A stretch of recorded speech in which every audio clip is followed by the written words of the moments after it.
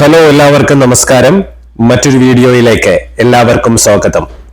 വാസ്തുശാസ്ത്രം അനുസരിച്ച് പുതിയ വീട്ടിൽ താമസിക്കുന്നതിന് മുമ്പ് വീടിന്റെയും വീട്ടുകാരുടെയും ഐശ്വര്യത്തിനും സന്തോഷത്തിനും വേണ്ടി എന്തൊക്കെ കാര്യങ്ങൾ ശ്രദ്ധിക്കണം എന്നാണ് ഈ വീഡിയോയിൽ നമ്മൾ നോക്കുന്നത്. ആദ്യമായി നല്ല മുഹൂർത്തം നോക്കി വേണം ഗൃഹപ്രവേശനം നിശ്ചയിക്കുവാൻ. ശാസ്ത്രപ്രകാരം നമ്മൾ ഗൃഹനിർമ്മാണം തുടങ്ങി പണി പൂർത്തിയാക്കുന്നതുവരെ അത് പണിക്കാരുടെ കയ്യിലാണ്. പണി കഴിയുമ്പോൾ അവർക്ക് വേണ്ടുന്ന സമ്മാനങ്ങളൊക്കെ കൊടുത്ത് അവരെ സന്തോഷിപ്പിച്ച് വീട് ഏറ്റെടുക്കുന്നു എന്നാണ് സങ്കല്പം.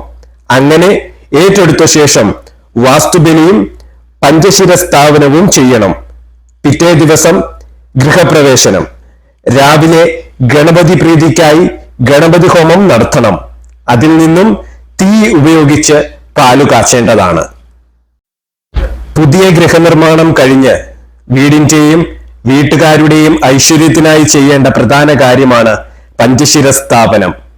പഞ്ചശിരസ് എന്ന് പറഞ്ഞാൽ 5 മൃഗങ്ങൾ: ഗജം, കൂർമ്മം, വരാഹം, മഹിഷം, സിംഹം, അങ്ങനെ 5 മൃഗങ്ങളുടെ തലഭാഗം മാത്രം സ്വർണത്തിൽ ഉണ്ടാക്കിയതാണ് പഞ്ചശിരസ്.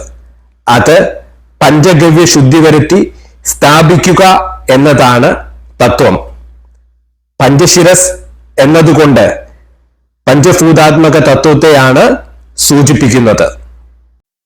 അടുത്തതായി ഗൃഹപ്രവേശനത്തിന് ശ്രദ്ധിക്കേണ്ട മറ്റു കാര്യങ്ങൾ നോക്കാം.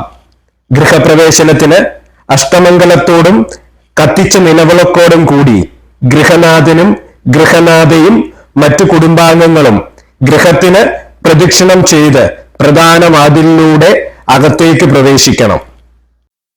പുരുഷന്മാർ വലത്തെ കാലുവെച്ചും സ്ത്രീകൾ ഇടത്തെ കാലുവെച്ചുമാണ് കയറേണ്ടത്. ഉള്ളിൽ പ്രവേശിച്ചാൽ ആദ്യം പാലുകാച്ചൽ നടത്തുക എന്നതാണ്. ഗണപതി ഹോമം നടത്തിയതിന്റെ തീ പുതിയ അടുപ്പിലിട്ട് അതിൽ നിന്നും ഉണ്ടാകുന്ന അഗ്നിയിലാണ് പാലുകാച്ചൽ നടത്തേണ്ടത്. കാച്ചിയ പാൽ എല്ലാവർക്കും കൊടുത്ത് എല്ലാവരെയും സന്തോഷിപ്പിച്ച് താമസം തുടങ്ങുക എന്നതാണ് തത്വം.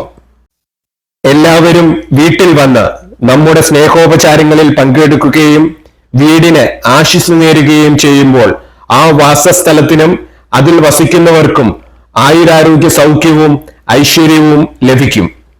ഈ വീഡിയോ ഇഷ്ടമാകുകയാണെങ്കിൽ ഷെയർ ചെയ്യുവാനും സബ്സ്ക്രൈബ് ചെയ്യുവാനും മറക്കരുത്. മറ്റൊരു വീഡിയോയിൽ വീണ്ടും കാണാം.